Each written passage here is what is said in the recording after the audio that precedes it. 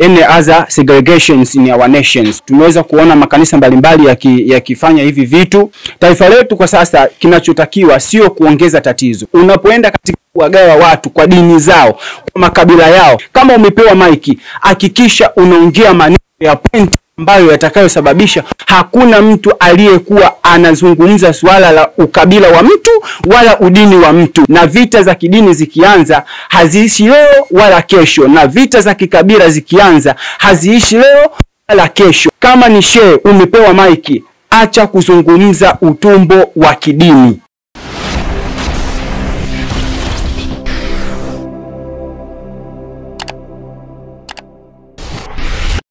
Hi guys, ni kwa mara nyingine tena.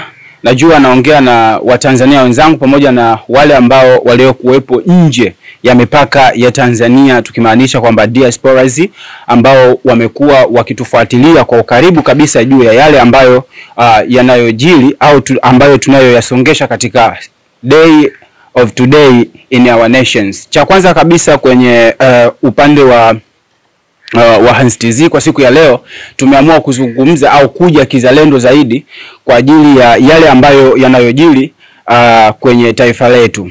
Ni nini ambacho kinaendelea? Tuendelee, tuungane kwa pamoja mwanzo mpaka mwisho, ambapo tutaweza kuelewa nini ambacho nimekuja nacho ambacho kinanifanya niseme kwamba leo ninakuja kizalendo zaidi. Cha kwanza kabisa ambacho ningependa kuzungumzia ni swala zima ambalo tumekuwa tukisisitiziana kwamba tunaelewa kwenye taifa letu kuna tatizo, na tatizo lililopo linahitaji kusolviwa. Nani wa kulisolve tatizo hili? Ni kwamba wa kulisolve tatizo hili ni sisi wenyewe wa Tanzania, raia wa Tanzania na serikali ya Tanzania. Viongozi wa dini wanahitaji na wao katika kulisolve hili tatizo, na asasi mbalimbali za kiraia zilizopo ndani ya nchi yetu ya Tanzania zikikaa kwa pamoja, we think kwamba tunaweza kusolve this problem which we have, na tukafikia kwenye main solution ambayo wote inatusubiri kwa hamu sana.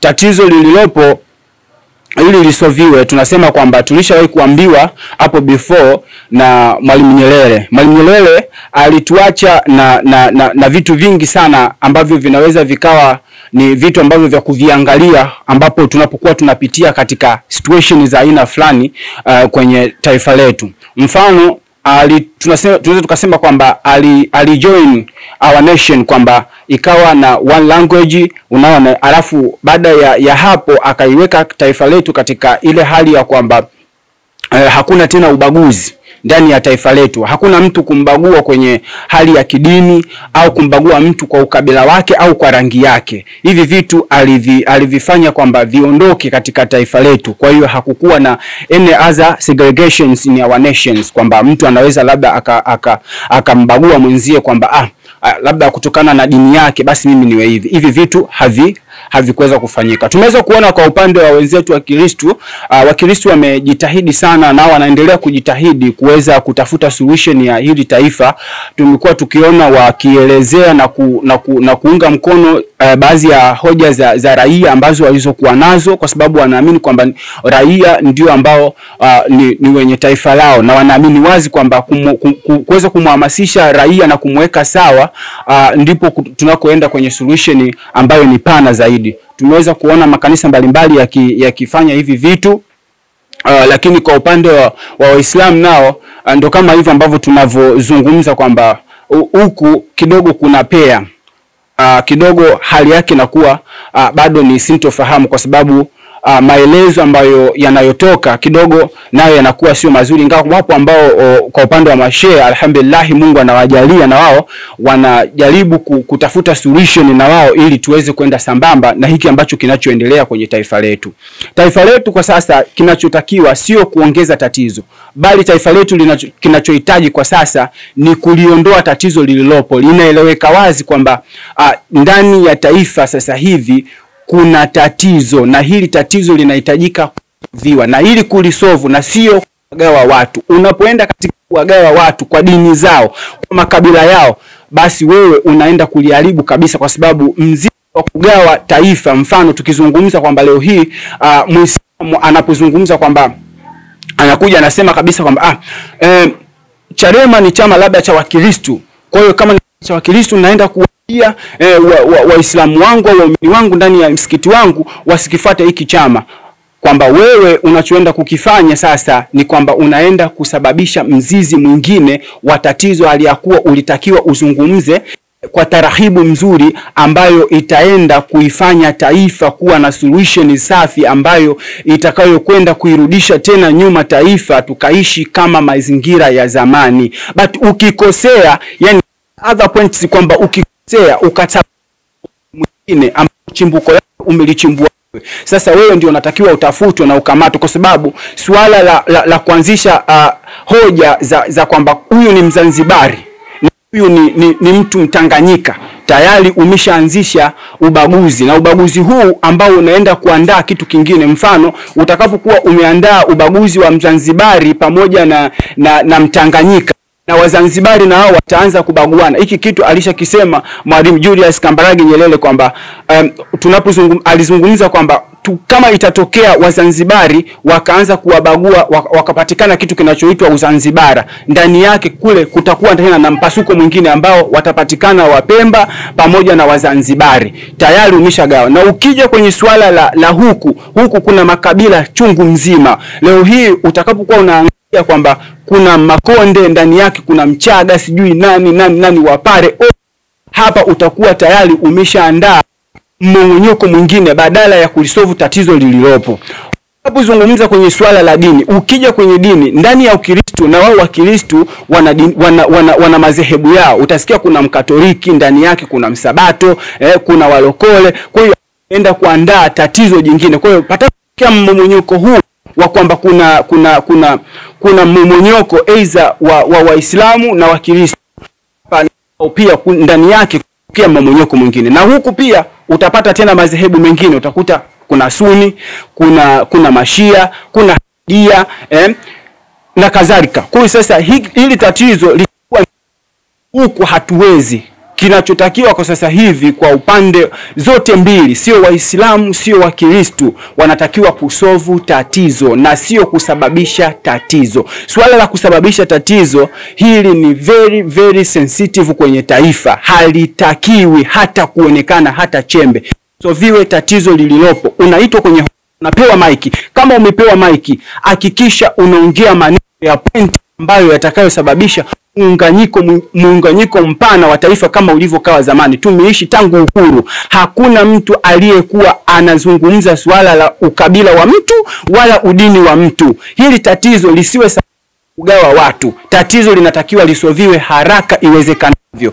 Kama tulivyozungumza hapo mara ya kwanza, hasasi za kiraia, watu wa dini, wananchi wenyewe, tukutane na kuweza kusolve hili tatizo lililopo kwa sasa hivi. Huyu kijana au hao wananchi nini wanataka? Kielewe kwamba hitaji kitu fulani, kama kinaweza kufanyika, kifanyike ili kuisolve hili tatizo, na sio kusababisha mgogoro utazaa chuki na vita. Na vita za kidini zikianza haziishi leo wala kesho, na vita za kikabila zikianza haziishi leo wala kesho. Kwa hiyo hivi vitu, kama ni shehe umepewa maiki, acha kuzungumza utumbo wa kidini.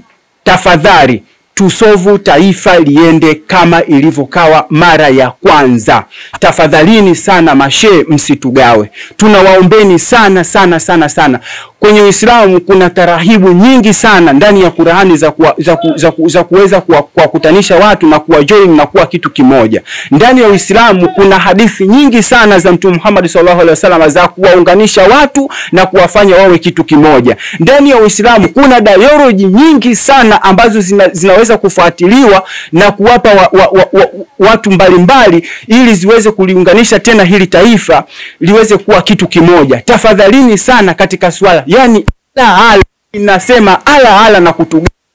Tafadhalini, sasa hivi taifa linaumwa, na kama linaumwa lihitaji tena kuongeza mzigo, bali itafutwe main medicine that can cure this problem which we have now times. Tafadhalini tunaomba tena sana sana sana sana mashehe, tunawaomba msisababishe mgogoro wa mipasuko ya kidini. Tunawaombeni sana sana.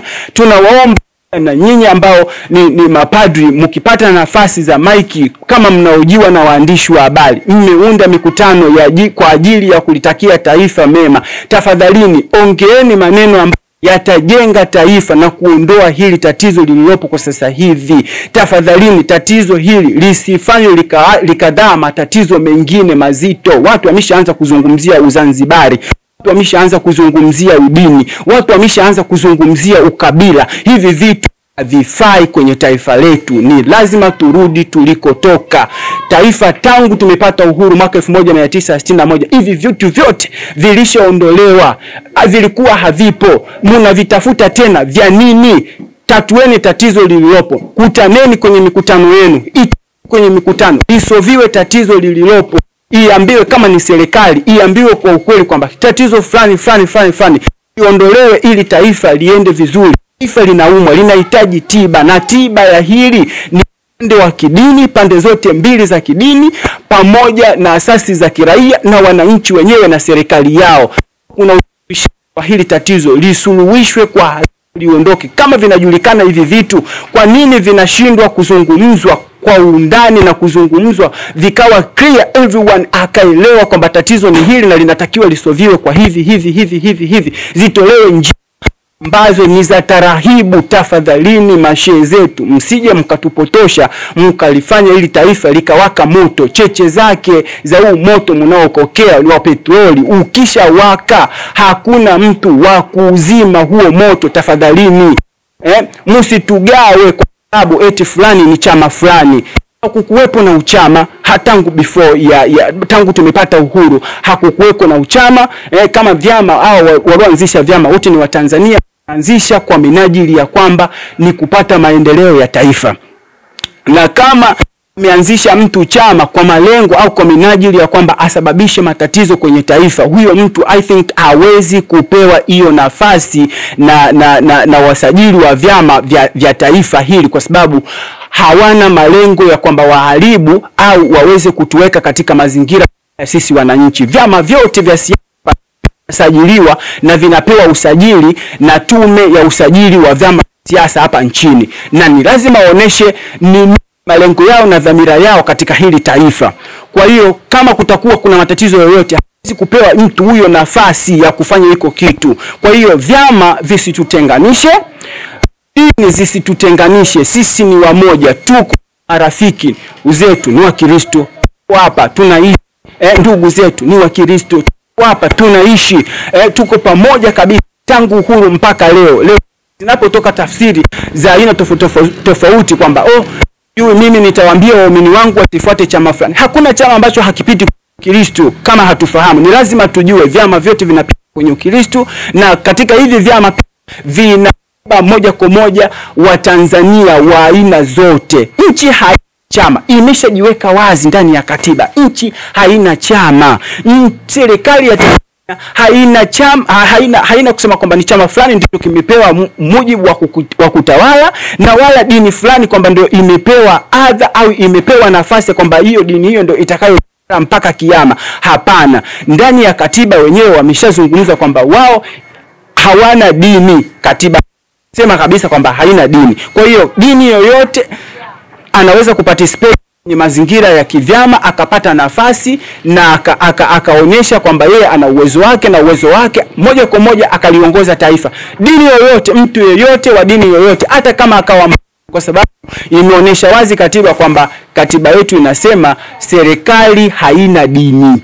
Leo hii utakapokuja wewe ukazungumza habari ya udini, unakwenda kuligawa taifa letu. Tafadhalini, na yoyote atakaye kuwa anaonekana ana elementi za kuingiza udini, basi na tuomba, tushauriane, huyu mtu atafutiwe adhabu, kwa sababu tunakuelekea, anakutupeleka ni moto ambao ni mbaya. Hizi cheche anazozikutanisha moto utakapowaka hataweza kuuzima yeye wala mtu yoyote kwenye hili taifa.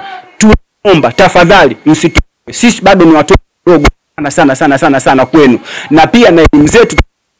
Lakini sasa kama unajijua wewe ni shehe, unajijua kwamba wewe ni padri, tafadhali usibezi kwenye udini.